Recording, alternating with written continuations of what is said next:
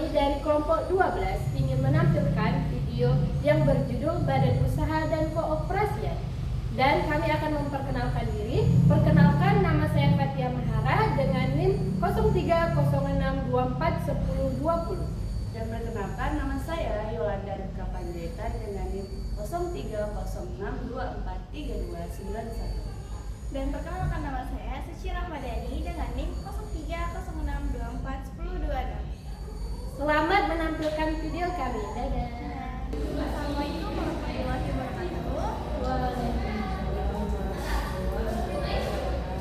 Nah, di sini Ibu akan menjelaskan badan usaha dan sistem keoperasian. Sebelumnya, perkenalkan, nama Ibu Suci Rahmadani.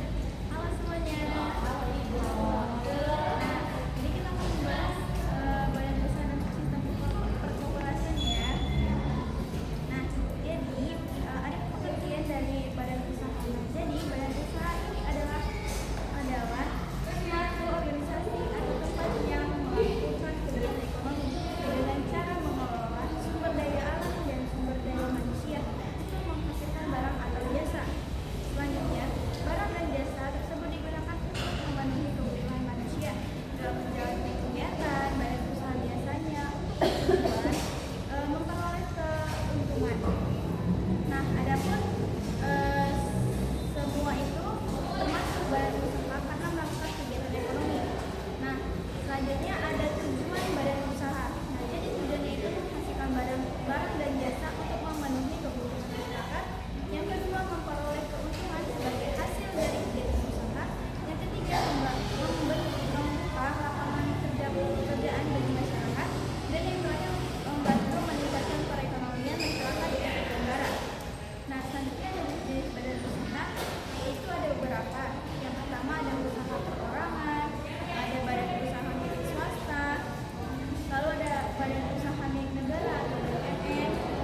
Nah, jadi ada contoh-contohnya itu dari usaha perorangan. Jadi contohnya itu kayak warung sembako, pedagang keliling, tukang cukur, dan penjual makanan di sekolah-sekolah lainnya kan. Baru ada badan usaha milik swasta. Nah, contohnya kayak pabrik makanan, terus perusahaan pakaian, dan perusahaan transportasi. Nah, yang terakhir ada contoh dari BUMN. Jadi ini contohnya kayak PT PLN, PT Pos Indonesia, dan PT KAI. Nah, selanjutnya ada juga tentang kegiatan ekonomi ini juga merupakan bagian penting dalam kehidupan sehari-hari manusia sejak bangun tidur hingga kembali beristirahat. Nah, manusia selalu berhubungan dengan kegiatan ekonomi seperti membeli makanan, menggunakan jasa transportasi, hingga menggunakan alat tulis di sekolah.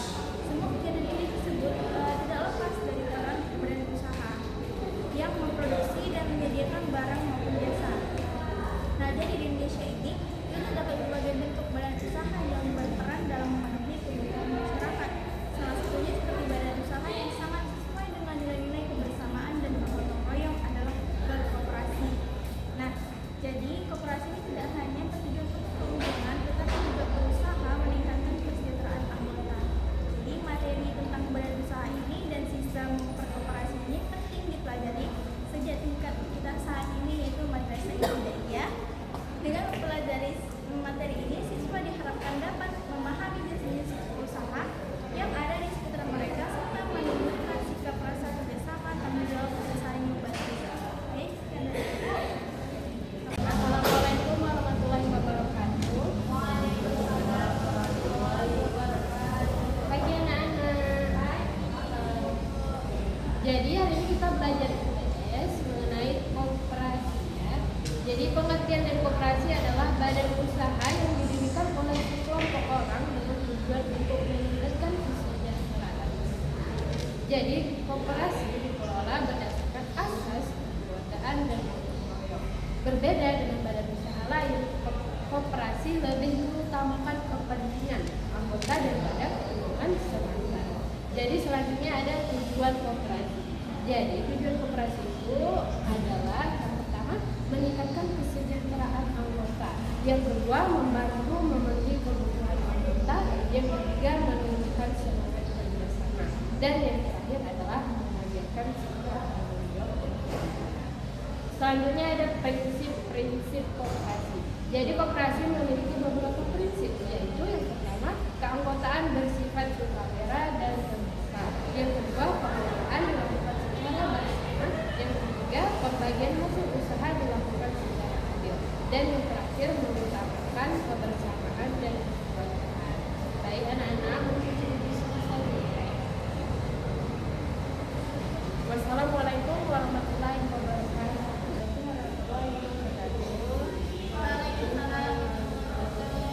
Gimana kabarnya anak-anak?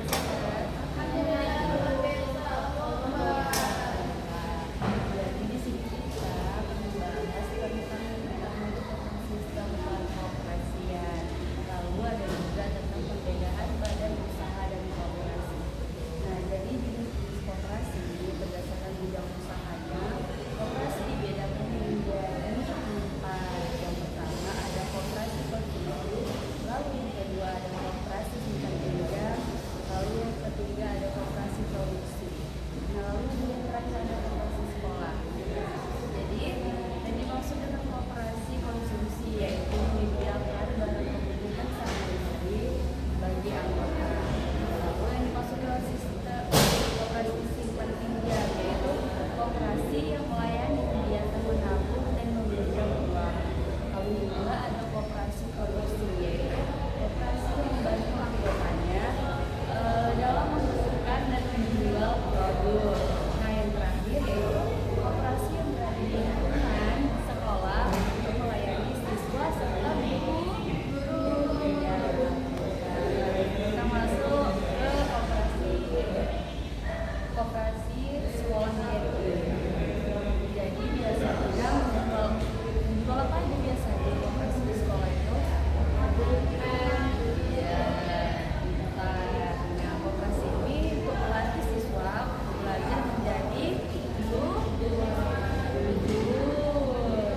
bertanggung jawab dan bekerja sama menjadi sarana itu. Nah, lalu perbedaan koperasi dengan badan usaha. Yang pertama tujuan. Nah, badan usaha ini bertujuan mencari keuntungan, sedangkan koperasi bertujuan mensejahterakan anggota. Maaf ya, bentar ya. Lalu, yaitu kita masuk ke pemikiran. Ada yang tahu apa? Pemilik, nggak tahu ya? Oke, dijelasin ya. Badan usaha dimiliki oleh perorangan atau kelompok tertentu, sedangkan koperasi dimiliki oleh anggota.